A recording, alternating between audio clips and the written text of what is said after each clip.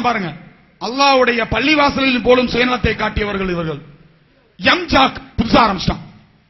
அதோட எம்ஜாக்கு மேலப்பாளையம் ஜாக்கு நாங்க தான். அது கோர்ட் வந்து ஜாக்குக்கு சொந்தம் சொன்ன உடனே தான் இருக்கக்கூடிய டிஎன்டிஜே அமைப்பையே மறந்துட்டு எம்ஜாக்குன்னு ஒரு புதுசா ஒரு ரெஜிஸ்டர் பண்ணி அதுல சட்டத்திட்டத்தை எழுதி எந்த ஜக்காத்தை ஒரு காலத்துல ஜக்காத்தை பூரா வாங்கு வாங்கு வாங்கு வாங்குன்னு சொல்லி ஜக்காத்தை பூரா வாங்கி நரைச்சு வயிறு நிறைஞ்ச உடனே ஆயில ஒரு தடவை கொடுத்தா போதும்.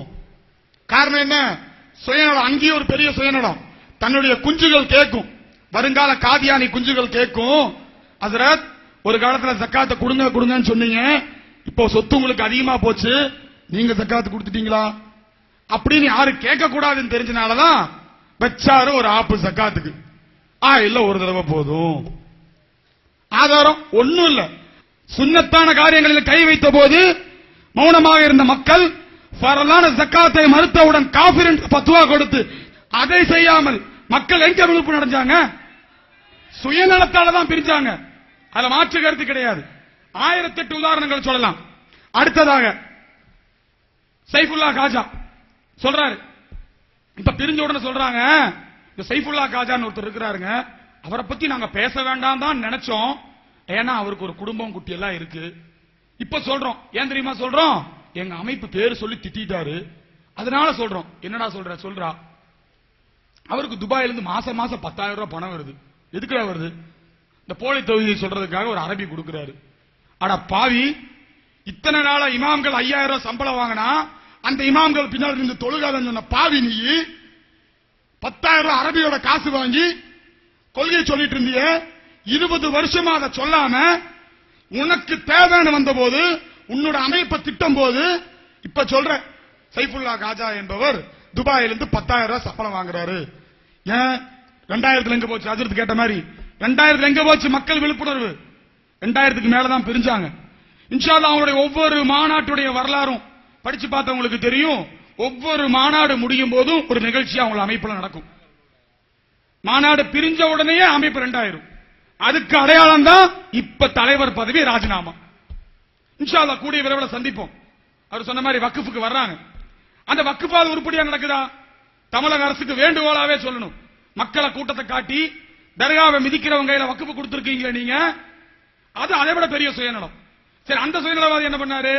இப்ப சொல்றாரு, உணர்வுல கடந்த 2 வாரத்துக்கு முன்னாடி எழுதுறாரு, கோவை கலவரத்துல எங்க ஊரு, நாங்க வளர்ந்த ஊரு, மறக்கவே முடியாது. அவ்வளவு கலவரம் நடந்த ஊர்ல பிச்சை எடுத்தாங்க காசை, கலவர மக்களுக்கு உதவணும்னு சொல்லி. இப்ப சொல்றாரு உணர்வுல 8-10 வருஷம் கழிச்சு 10 வருஷமா சிறையில வாடிட்டு இருக்காங்க. அவங்களுக்கு எதிராக சாட்சி சொன்ன சுயநலவாதிகள் இவங்க. அதெல்லாம் நாங்க மறக்கல. இப்ப சொல்றாங்க 20 லட்சம் ரூபாய் வக்ஃப் போர்டு சேர்மனுக்கு நாங்க அன்னைக்கு கடன் கொடுத்தோம். எழுதுறா காசு, கலவர காசுங்க. எதுக்குடா கொடுத்த? அவருக்கு மறுபேரே கடன் வாங்கி கொடுக்காதுன்னு ஒரு பேர் இருக்குங்க. யாருக்கு? வக்ஃப் போர்டு சேர்மனுக்கு. நாம சொல்லலைங்க. பைசல் வந்து குண்டை போட்டு போயிட்டான்னு சொல்லிடாதீங்க. 2 வாரத்துக்கு முன்னாடி இருக்க உணர்வு பத்திரிகை சொல்லுது. இந்த மாதிரி நிறைய சொல்லலாம். அவங்களுடைய சுயநலத்தை பத்தி இன்னொன்று தெரியுங்களா? பெரிய சுயநலவாதம். தமிழ்நாடு தௌஹீத் ஜமாத் சொல்றாங்க, தமிழ்நாடு போலி ஜமாத். இந்த போலி ஜமாத்தோட கொடி பார்த்திருக்கீங்களா யாராவது? என்ன கலருங்க? பச்சை வெள்ளை, பச்சை வெள்ளை கருப்பு. ஒரு காலத்தில் அவருடைய அல் ஜன்னத் பத்திரிகையில் அவர் ஆசிரியர் இருக்கும்போது எழுதுறாரு, பச்சைனாலே ஷிர்கிங்கிற கலர் மாதிரி எல்லாம் எழுதினாரு. இதுல பச்சை கலரை கொடுத்துட்டாரு. அது பெரிய சுயநலம். சரி, அந்த பச்சை வெள்ளை கருப்பாது அவருடைய கலரா? அதுவும் திருடிட்டு வந்த கொடிங்க. தெரியுமா எங்க இருந்து திருடிட்டு வந்தாங்கன்னு?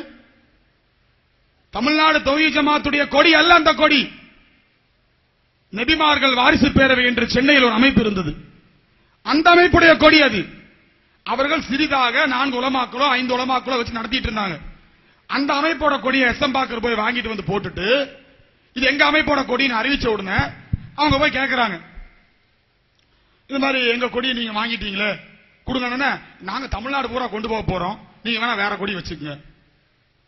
சுயநலம். இது பெரிய சுயநலம். பிஸ்மில்லாஹிர் ரஹ்மானிர் ரஹீம் போட்ட உடனே கோவம் 786 நோட்டீஸ் எல்லாம் 786 போட்டு எங்களுக்கு போன் மேல போன்.